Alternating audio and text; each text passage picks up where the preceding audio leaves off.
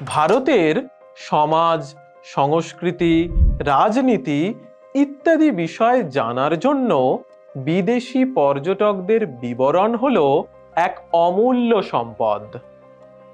বাণিজ্য, ধর্মপ্রচার, রাষ্ট্রদূত, নতুন নতুন দেশ দেখার বাসনা ইত্যাদি নানা উদ্দেশ্য নিয়ে পর্যটকরা বিভিন্ন দেশে যান এবং দেশ ভ্রমণের সূত্রে তারা ওই সকল দেশের সমাজ ব্যবস্থা, সংস্কৃতি, রাজনীতি, শাসন ব্যবস্থা ইত্যাদি বিষয়ে অভিজ্ঞতা সঞ্চয় করেন।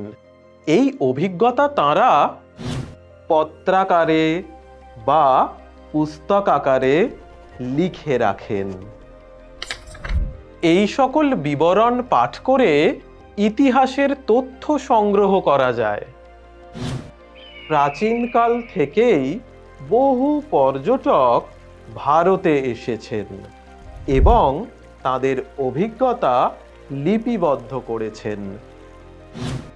দশম শতকের আগে ভারতে আগত পর্যটকদের মধ্যে অন্যতম ছিলেন মেগাস্থেনিস, ফাশিয়েন, সুয়াংজাং, ইৎসিং প্রমুখ। দশম থেকে সপ্তদশ শতকের মধ্যবর্তীকালেও বহু বিদেশি পর্যটক ভারত ভ্রমণে এসেছেন, যাদের মধ্যে Al Masudi, Al Biruni, Marco Polo, Ibn Battuta, Abdur Razzaq প্রমুখের নাম বিশেষভাবে উল্লেখযোগ্য। আজকের ক্লাসে আমরা পর্যটক আল বিরুনির কথাই আলোচনা করব।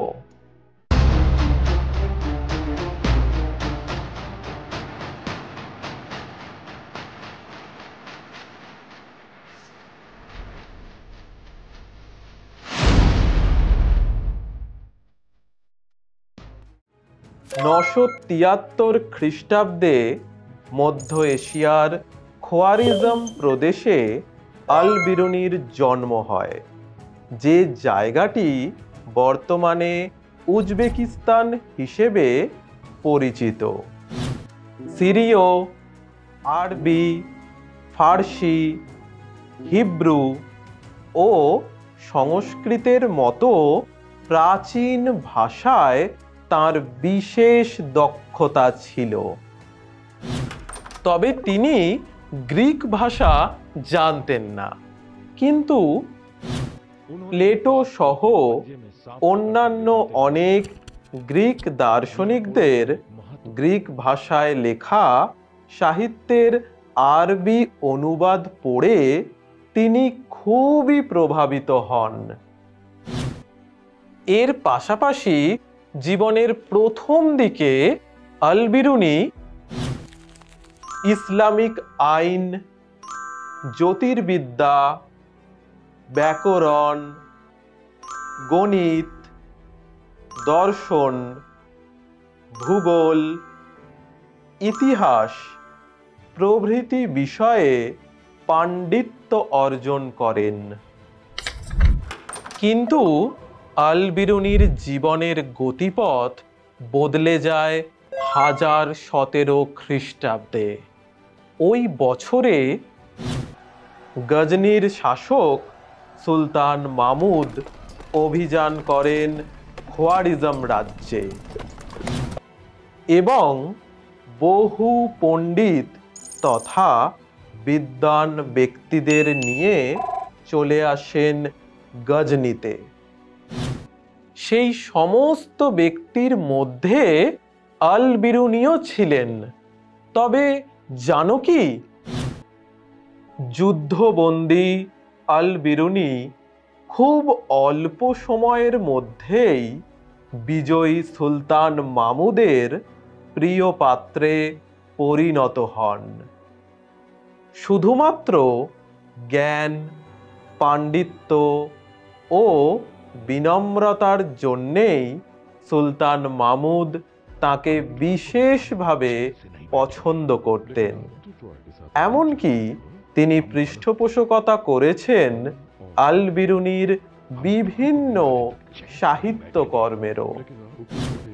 এবার আল বিরুনির জীবনের গতিপথে সংযুক্ত হওয়া আর একটি চমকপ্রদ ঘটনা বলবো তোমাদের। আমরা জানি যে সুলতান মামুদ 17 বার ভারত অভিযান করেছিলেন। ঠিক সেই সময়েই মামুদের সঙ্গী হন আল বিরুনি। ইতিপূর্বেই গজনিতে থাকাকালীন সময়ে আল বিরুনি ভারতবর্ষ সম্পর্কে বেশ আগ্রহী হয়ে উঠেছিলেন। স্বাভাবিকভাবেই এখানে আসার সুযোগ পেয়ে তিনি যথেষ্ট আনন্দিত হন। ভারতবর্ষে এসে যে অভিজ্ঞতা তাঁর হয়েছিল সেই সবটাই তিনি লিখেছেন কিতাব উল হিন্দ নামক গ্রন্থে। তবে তাঁর লেখা এই গ্রন্থটির সম্পূর্ণ নাম হল কিতাব উল তাহকিক মা ইল অল হিন্দ। অবশ্য তাহকিক ই হিন্দ নামেও তাঁর গ্রন্থটি যথেষ্ট সুপরিচিত। 80টি বিষয়ভিত্তিক অধ্যায়ে বিভক্ত এই গ্রন্থে খুব সহজ ভাষায় ভারতীয় সমাজ, বর্ণ ব্যবস্থা, ধর্ম, দর্শন, ঐতিহ্য, আইন প্রভৃতি বিষয় সম্পর্কে বর্ণনা রয়েছে। এখানে ইন্টারেস্টিং একটা তথ্য দিয়ে রাখি, জানো তো আল বিরুনি শুধু লেখেনইনি, বিভিন্ন সংস্কৃত সাহিত্য যেমন বেদ, পুরাণ, ভগবদ্গীতা, মনুস্মৃতি, পতঞ্জলির মহাভাষ্য প্রভৃতি গ্রন্থের উদ্ধৃতি দিয়ে তাঁর অভিজ্ঞতা ও বিবরণকে যুক্তিসিদ্ধ করার চেষ্টাও করেছেন। আবু রেহান মোহাম্মদ ইবন আহমদ আল বিরুনি, হ্যাঁ ঠিক এটাই ছিল তার প্রকৃত নাম, যাকে আমরা আল বিরুনি বলে চিনেছি। তিনি লিখেছেন, তখনকার দিনে হিন্দুরা মুসলমানদের সম্পূর্ণ পৃথক ও বিপরীত সংস্কৃতির বলে মনে করতেন। তারা ভারতের সভ্যতা, সংস্কৃতি, সমাজ, ধর্ম তথা সব কিছুকেই শ্রেষ্ঠ ও অন্য দেশের তুলনায় অগ্রণী বলে ভাবতেন, যা সম্পূর্ণভাবে ঠিক নয়। এখন তোমাদের মনে প্রশ্ন জাগতেই পারে যে আল বিরুনি ভারতে এলেন সুলতান মামুদের সঙ্গে, আর রাজনৈতিক পরিস্থিতি নিয়ে কিছুই লিখলেন না। হ্যাঁ, অবশ্যই তিনি লিখেছেন।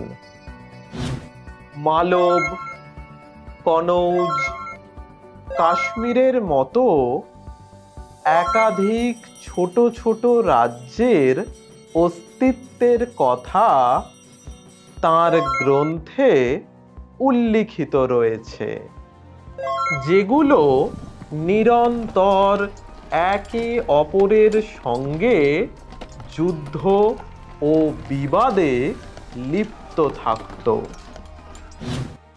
কনৌজের পার্শ্ববর্তী অঞ্চলকে তিনি আল হিন্দ বা ভারতের মধ্যবর্তী অঞ্চল বা মধ্যদেশ নামে চিহ্নিত করেছেন।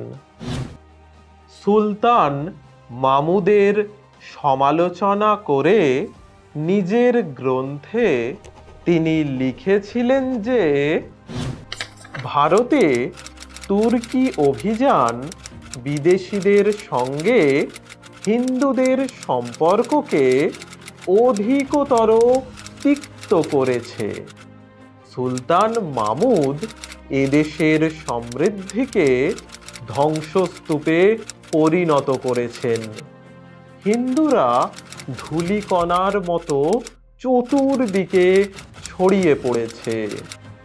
স্বভাবতই মুসলমানদের প্রতি ঘৃণা ছাড়া হিন্দুদের মনে আর কিছু অবশিষ্ট নেই। অর্থাৎ মামুদের সান্নিধ্যে থেকেও তিনি মামুদের দোষ ত্রুটি ঢেকে রাখার চেষ্টাই করেননি, বরং যা বাস্তব সেটাই তুলে ধরেছেন আমাদের সামনে।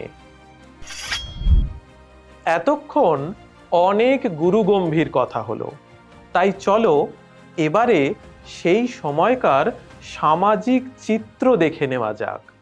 আল বিরুনি জানিয়েছেন যে ভারতীয়রা ব্রহ্মা নামক দেবতার মস্তিষ্ক থেকে ব্রাহ্মণ, হাত ও কাঁধ থেকে ক্ষত্রিয়, উরু থেকে বৈশ্য এবং পা থেকে শূদ্র বর্ণ সৃষ্টি হয়েছে বলে বিশ্বাস করেন।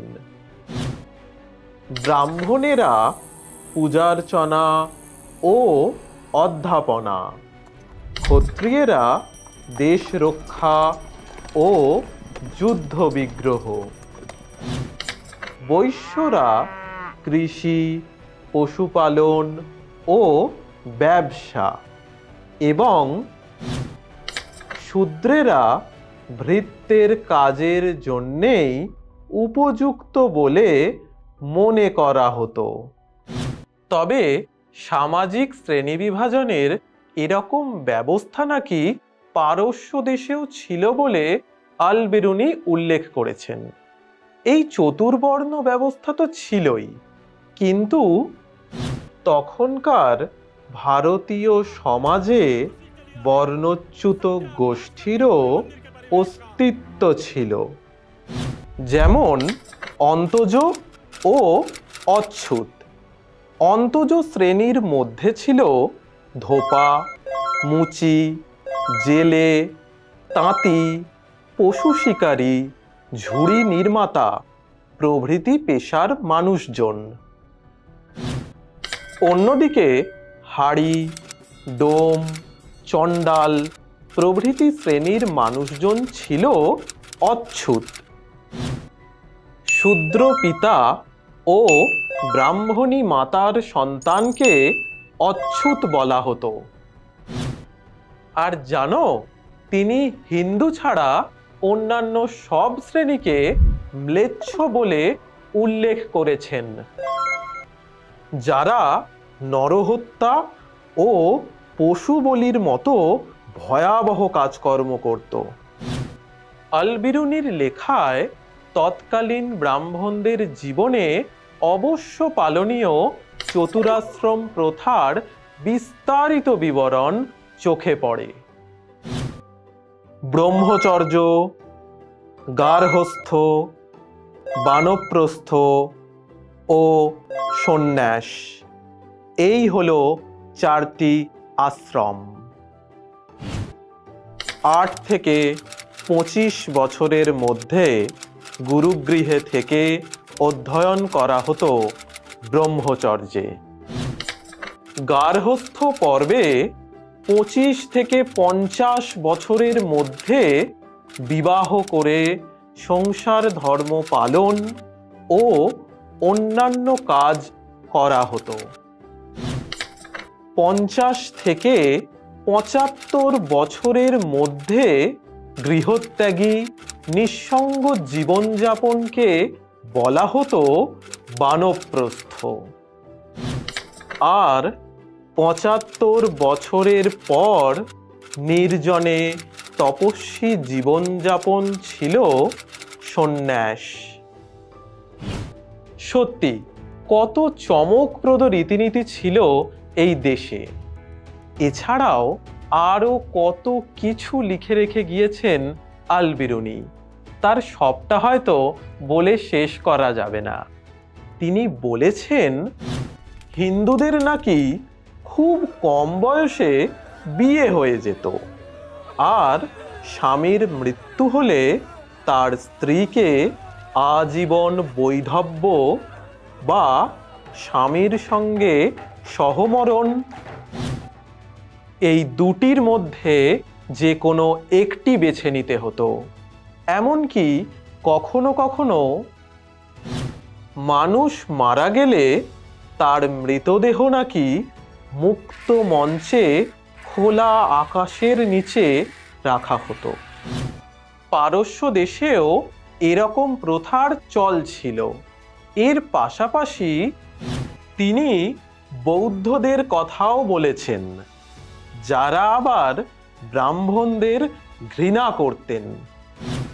তবে বেনারস, পুষ্কর, মথুরা প্রভৃতি ধর্মস্থানের কথা ও মাহাত্ম্যের বর্ণনাও তাঁর লেখায় ফুটে উঠেছে। ভারতবর্ষের ইতিহাসের চর্চা করতে গেলে যেসব সাহিত্যিক উপাদানের চর্চা করতে হয়, সেসবের মধ্যে বিদেশি পর্যটকদের রচনাবলী খুবই গুরুত্বপূর্ণ। বিশেষত আল বিরুনির ভারত ভ্রমণের প্রেক্ষাপটে লেখা গ্রন্থ থেকে সেই সময়কার সমাজ, রাজনীতি, ধর্ম ইত্যাদি প্রসঙ্গে বহুবিধ বর্ণনা পাওয়া যায়। সেই কারণেই তাঁর রচিত গ্রন্থটি সেই সময়কার ইতিহাস পুনর্গঠনের জন্য যথেষ্ট গুরুত্বপূর্ণ বলে বিবেচিত হয়। ইতিহাস বোধ বা ইতিহাস চেতনা ভারতীয় সাহিত্যিক উপাদানের মধ্যে যথেষ্ট কম, এরকম একটা ধারণা আমাদের মনে থাকলেও আল বিরুনির লেখার মধ্যে প্রকৃত অর্থেই সুস্পষ্ট ঐতিহাসিক দৃষ্টিভঙ্গি ফুটে উঠেছে। এমনকি কোপার্নিকাস, গ্যালিলিও, আইজ্যাক নিউটনের মতো বিশ্ববিখ্যাত বিজ্ঞানীরাও আল বিরুনির অন্যান্য বিভিন্ন গ্রন্থের দ্বারা গভীরভাবে প্রভাবিত হয়েছিলেন। তাই যথার্থ অর্থেই তিনি ছিলেন the universal genius who lived 1000 years ago in Central Asia.